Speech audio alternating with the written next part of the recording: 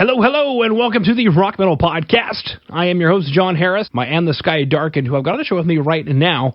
They've got a new album called Between Ghosts, which was released in May. Right now I'm being joined by Ryan to share some stories about the music and share more info about the band. So Ryan, welcome to the show. Hi, John. Glad to be here. Absolutely great to have you on. Now, you seem like a very happy, cheerful, jovial young man.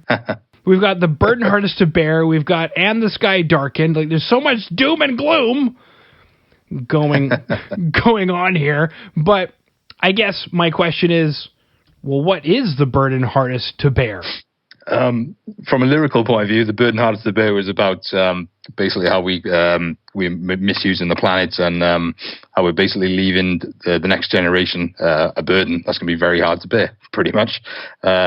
Not just from a sort of a pollution point of view, but also from like an economic point of view. If that makes any sense. Yeah. Multifaceted, and all the different ways in which we can screw everything up together as a team for the next generation. Yeah. Exactly. Yeah, for the next generation. Okay. Wow. It brings up so many interesting questions. So, I guess, is it like a political tinge, or is it just kind of an all-out, like you guys got together one day and said, we're misusing the planet? No, it was, I pretty much write all the lyrics on my own anyway, but it's probably the closest we'll ever get to a political song. It's not really my cup of tea normally, but it just came to me, to be honest with you. It's, like I said, it's probably the closest thing we'll ever come to that sort of socio-economic, political rant kind of thing. It's, our Rage Against the Machine moment, I suppose. If you like. Beautiful. Now, I guess when it comes to I'm trying to remember if you had chosen these two tracks or if I had chosen these two tracks, but I guess my next big honking question then is, of the choice to make this track in particular a single, what was it about the track that was, I guess, important out of all of the others, especially with regard to getting the music video? I think it was I think for a start, it was the shortest one of the four on the EP. So it made sense from a single point of view anyway. But it's also probably the most in your face. It gets to the point straight away. So it was always the most likely candidate out of the four. And like I said, it's a little bit more upbeat in the sound. I know obviously it gets a little bit heavier in the middle and everything, but it's just a little bit catchier. It's got a little bit more of a catchy chorus, etc., etc.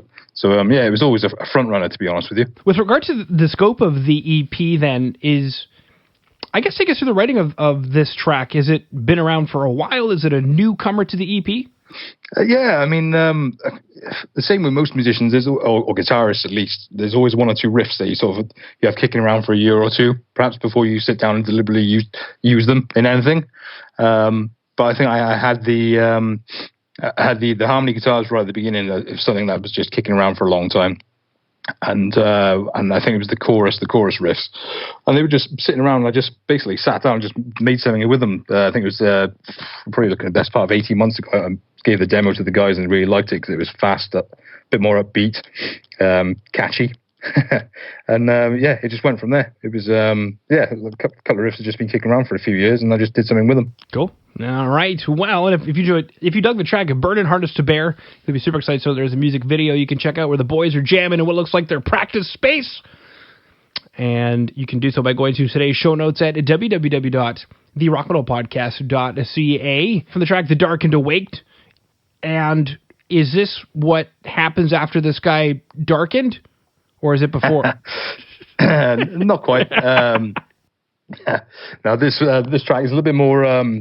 I think with our first EP, there was a lot of sort of high concept stuff going on lyrically, but with this one, this was a little bit more about the world outside rather than sort of the personal stuff. So this one's actually based more on conflict and war, to be honest with you. So in particular, there's no particular one war it's referring to. It's just conflicts over the ages. Okay, so that's an interesting kind of point. So it's not a particular conflict or a particular war, but I guess just humanity's tendency to conflict with one tribe to the other sort of thing. Yeah, pretty much. Whether it's tribal, religious, money, oil, resources, and all that. It's just the impact it has on each other. Wow. Now I'm curious with regard to the track. Something that kind of stuck me was the intro is very different from the way the song kicks in. Oh yeah. So I guess Did it feel like it needed an intro? Was that intro always there? It was Ollie, the other guitarist in the band. I think I was jamming around at his house, and he just started playing the two chords, that sort of reggae kind of skank rhythm, and it just resonated with me. And I wrote the harmony goes over the top with the melody with the lead guitar, and it literally just built from there.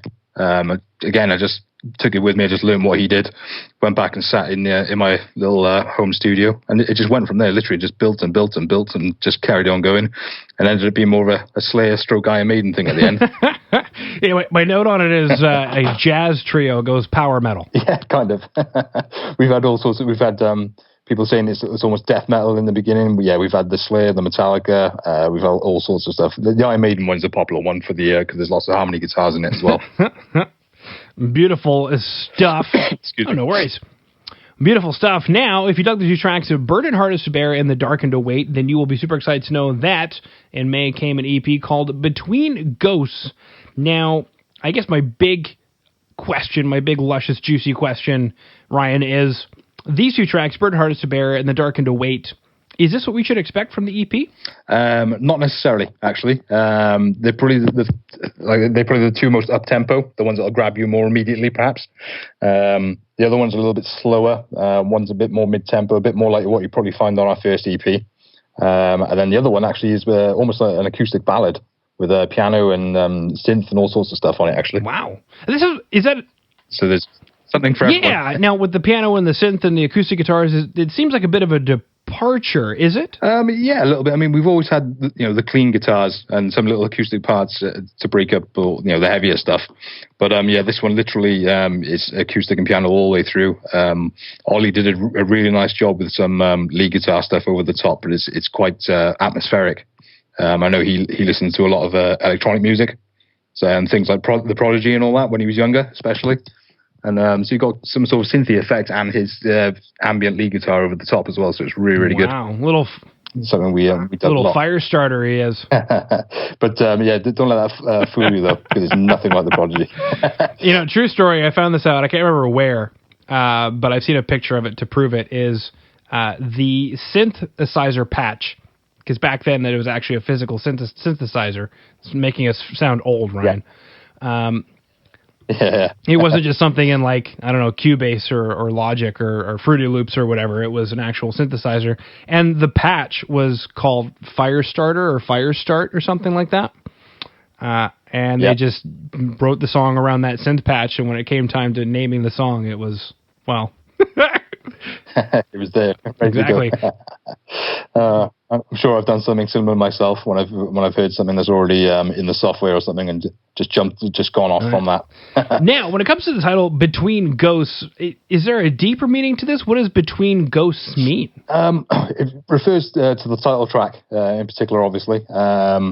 It's basically when you get suffer a loss, whether it's a breakdown of a relationship or a bereavement or something like that, very deep and meaningful. And basically the conflicted feelings you get at the end, and some of those will never be resolved. So they're almost it's almost a secret or a feeling between ghosts, if that makes sense. It's something that it's never going to be tangible, and you can never put your finger on it, but you'll always have it there. Wow, very cool. Deep. It is deep. You could say the sky is darkening. Beautiful. Now, normally, Ryan would be chatting about all those wonderful things that would be happening, festivals and tours and whatnot. Absolutely. But with this episode airing approximately in about a month or so, I guess my question is, well, is there anything that I missed that maybe you want to chat about, or anything, I don't know, quasi-quarantine related that would be noteworthy? I've got to be honest, apart from literally the release of the EP, I mean, we're going to be working on a follow-up EP probably towards the end of the year now, hopefully once the lockdowns and everything have lifted a little bit. But yeah, there's no gigs to plug. It's literally just all about our streaming sales. The people can buy our physical CD. And our YouTube channel, to be honest with you. But keep an eye out. We'll have lots of bits and bobs coming over, especially on the YouTube channel. But as far as gigs, not so much in the short term anyway. All right, perfect. Well, Ryan, unless there's anything else that you wanted to throw out there that I missed, I just wanted to thank you for coming on to the Rock Metal Podcast. Not a problem. Absolute pleasure.